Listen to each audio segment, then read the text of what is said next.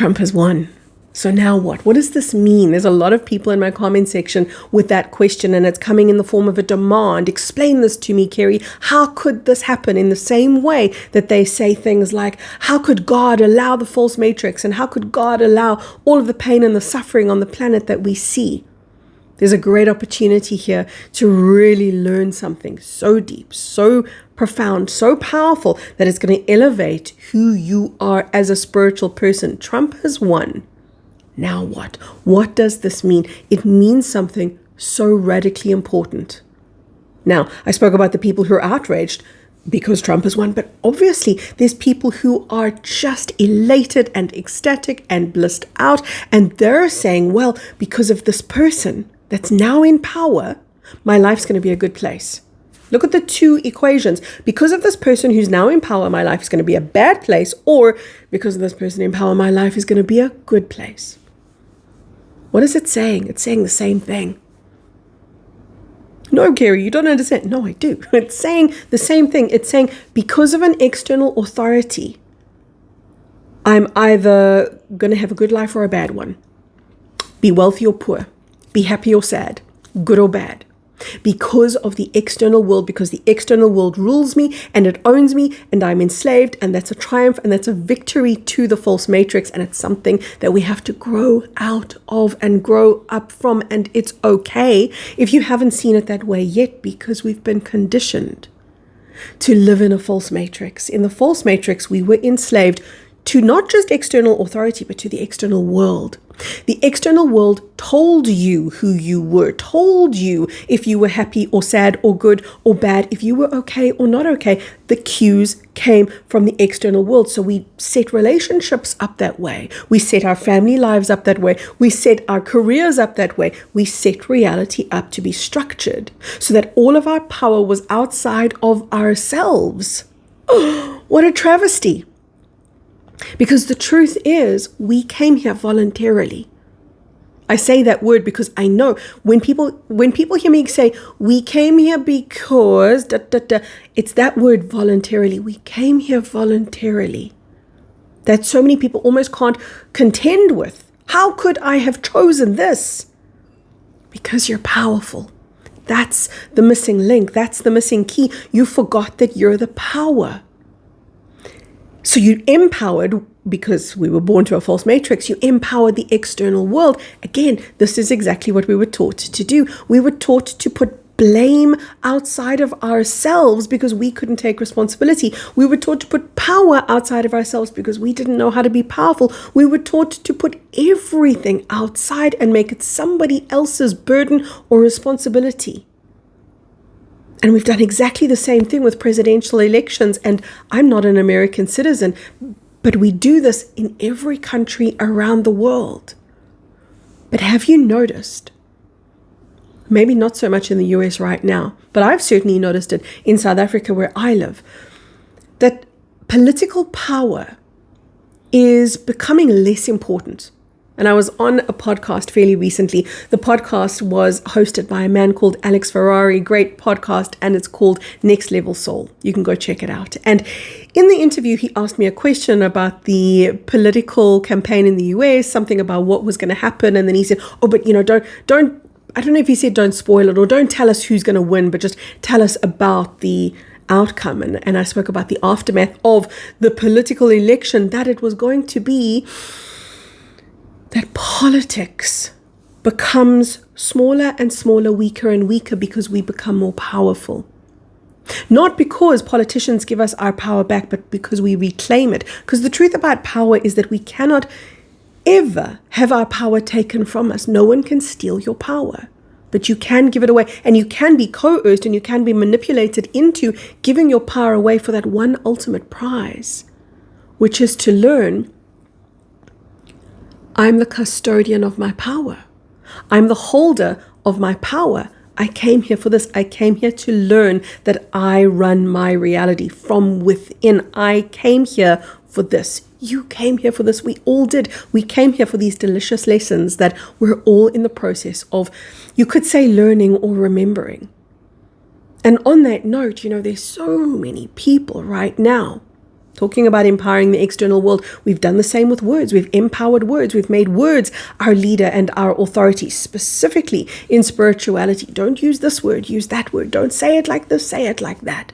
Don't have this president, have that president. Don't support that party, support this party. Don't support cryptocurrency, support that currency. Whatever it is, our focus is so externalized because that's where we're disempowered. We only become powerful custodians of our creative power, which is our godly power that we haven't wielded with power and control. We've wielded this power so recklessly, so irresponsibly, like a toddler on a highway with an AK-47. That's been humanity with our creative power. As we turn around, we don't even know our hands on the trigger. We're just shooting and we don't even know what we're doing because we've been conditioned to put our power or our focus, which is our power, on everything that outrages us. That's where our power has been leaking into everything we don't want, everything we don't like, everything we disagree with, everyone we disagree with. We have no idea how much we empower the realities we hate and the realities we don't want because we hate them and don't want them, because we don't yet know how to wield our creative power responsibly, which begins with feeling into the inner world, which is not a world that is run by or operated through words. The external world is. And that's where we have been hijacked into, plugged into an external world where we're powerless. Words are going to run you. Politicians are going to run you. Monetary systems are going to run you. Religious institutions, schooling institutions, everything outside of you is going to determine your happiness, but you're not. Because you have no power, remember? And then we humans went, oh yeah, that's right. And so then we became so invested in all the celebrities and what they're doing and not doing and the politicians and the plugged into the external world. And it amazes me how many spiritual people across various social medias, I'm reading their comments and they're saying, because of this Trump election, it either means that we're now going to have 5D New Earth, or oh, we're screwed, timeline's been hijacked, no, it's not going to happen. How little power these people believe they have. If they believe that somebody outside of themselves can steer them, then they allow and empower and permission that to happen. The internal world is where you belong and where you've been cast out of, cut off from, disconnected from. And what gets you back in is your choice to feel. And look at where we've lived. We've lived in a mental realm where we think thoughts. Even our spirituality was very thought-based. So we used mantras and we used words. And people still argue with me in my comment section today. Kerry, you used this word, but you should have used that word. You used the wrong word. This word is low frequency. That word is high frequency. No, frequency is low or high. And it's what we interject into words that determines their frequency. But that can only be true if you're living in your internal world. If you're living in the external world, everything else is in charge of you, from your words to your politicians, to your rulers and your dictators and your diplomats. Then they're all in charge of you. I've even had people in my comment section say to me, Kerry, this is a true thing. Don't wear your hair spiky, they say. Don't wear your hair spiky because, Feng Shui tells you that the spikes on your head is like, I don't know, aggression or something. And you're going to, okay, I've messed up my hair. But anyway, you're going to start fighting with people now. This is all part of the illusion of the external world being the authority. So Feng Shui is going to tell me now whether I'm going to be peaceful and calm or not. Feng Shui is going to tell me, my government's going to tell me, my financial institution's going to tell me, or am I going to just take my power back? And if so, what's that going to take? It's going to take my courage to be in a literal world that I haven't been in before. So I'm going to feel unsafe. I'm going to feel like I'm in the unknown. I won't know what I'm doing. I'll feel like I'm floundering. This is the energetic work. This is the true work of spirituality. This is what I do every single Friday with my online community, the Plasma Light Tribe. In fact, as I record this video, I'm getting ready for a call with them now. And this is where we go into the depth, into the core of the energetic world that you live in. And when you live there, you start becoming powerful. And when you start becoming powerful, your internal power, when it gets switched on slowly at first, and then it becomes like a magnet and it draws to itself more and more of its own light and its own creative power. So Trump has won. Now what? The question that everybody's asking, and the question that I was asked on that podcast, Next Level Soul, what's going to tell us what's going to happen without telling us what's going to happen? The answer is politics becomes less and less because spiritual power becomes more and more. Because we finally get the hint, the message that we came here to get, and that was, oh, wow, I held it all this time. I projected it onto everyone else. I hugged or I hated. I blamed or I berated or I built up or I tore down players in the external world because I couldn't take my rightful power, except now we finally get it. We finally get to switch ourselves on, to light the inner world up, and it is a feeling. It's not words. Words can describe the feeling, but words can't create the feeling. And when you're creating from words, you're always going to be stuck here in the mental realm because words are leading you, and words come from the brain and thoughts come from the brain. And when you are leading your creative power through thoughts, it's not to say you're not going to be creatively powerful. It's to say you're only going to have power inside the false matrix, because that is exactly what the false matrix was set up to do. The divine matrix, the organic universe, is a world of frequency. And we don't yet know how to be in that world, but we're learning. And that's what it means. When people say to me, what is this all about? This whole Trump thing, what is this all about? It's about figuring out through your own life, through your own lessons, that the external world can no longer control you. So if you're in a relationship with somebody, and in that relationship you suddenly get powerful, but you've always been disempowered, what's going to happen? That person's either going to walk away or they're going to start treating you differently, because your internal world creates.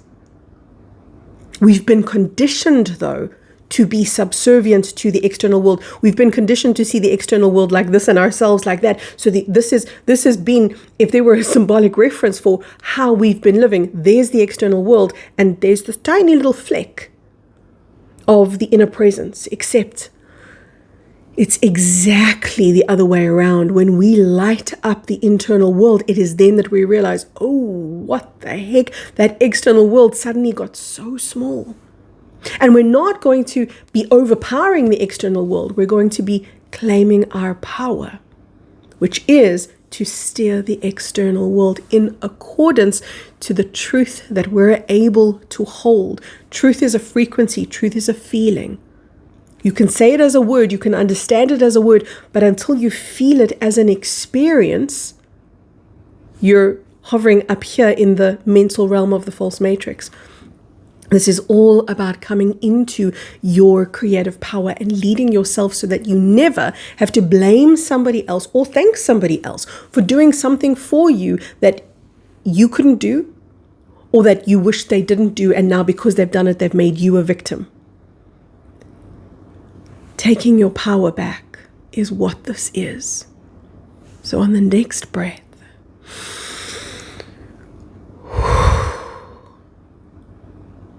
let it all go. All the mental chatter, all the outrage, all the chaos, the how dare they, the how could they. Let it all go.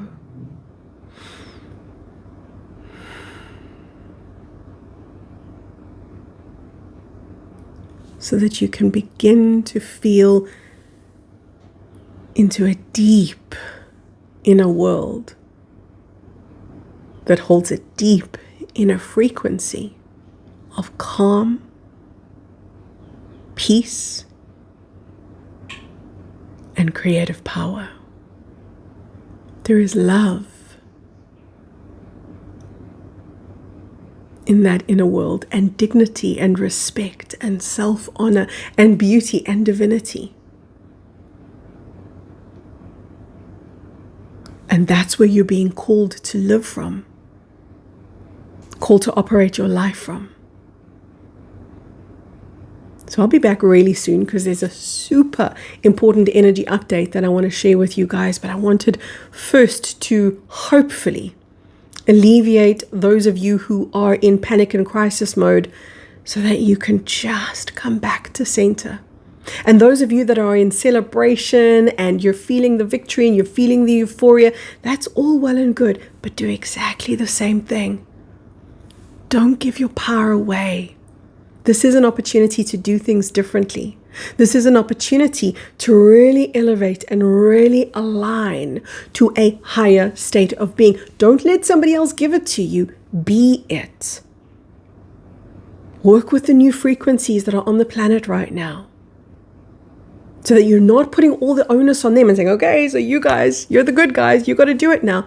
You do it now. You lead you. And then we start to do the same thing.